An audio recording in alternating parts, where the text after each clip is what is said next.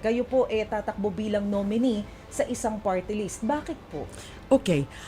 Sa totoo lang, Maricel, is that wala naman talaga akong kaplano-plano nung nakalaya na ako. Last November 2023. Alam naman niyo po siguro kung saan ako nanggaling at ano yung ginawa sa akin na almost 7 years ako na nasa kulungan.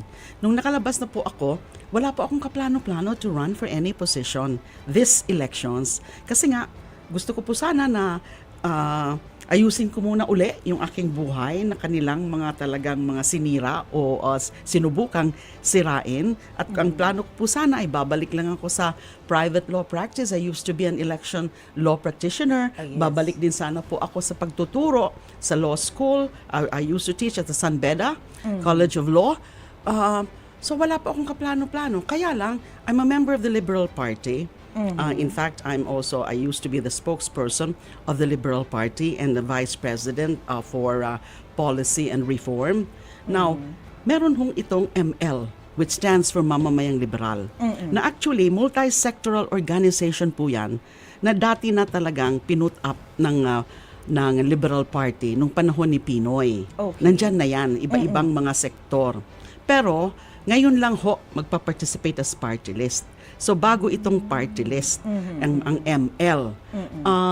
So, kinausap po ako ng mga kasamahan ko sa LP tsaka sa ML din na kung, kung pwede, ay gawin nila akong nominee number 1. Kasi nga, first time participate Yes.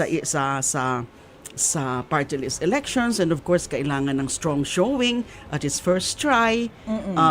And then, napag-isip-isip ko rin, although hindi madali sa akin yung decision na yun, Maricel, is that napag-isip-isip ko, oo nga naman. Because this time around, since party list, so representation yan ng mga marginalized sectors, yung mga nasa laylayan, Yes. na nangangailangan ng boses. Kasi wala silang boses. Ang dami nilang mga suliranin sa buhay, ang dami nilang mga adhikain, pero halos wala silang boses. And that's precisely why the party list system was established para magkaroon sila ng representasyon.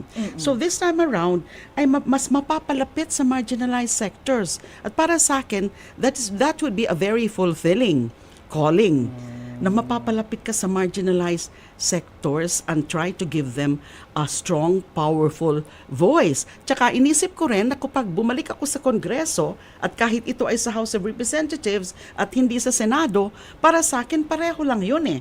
Nasa sayo na yan kung paano mo ipupursu yung mga advokasya mo. Kasi may platform ka eh. So may platform, mas madali na isulong yung mga core advocacies ko, human rights, justice, social justice, democracy, rule of law, and national sovereignty. Pag meron kang platform and yung mga pagbabago, yung mga ninanais mong mga reforma sa gobyerno. As they say, it's easier to fight the system from within, than from the outside.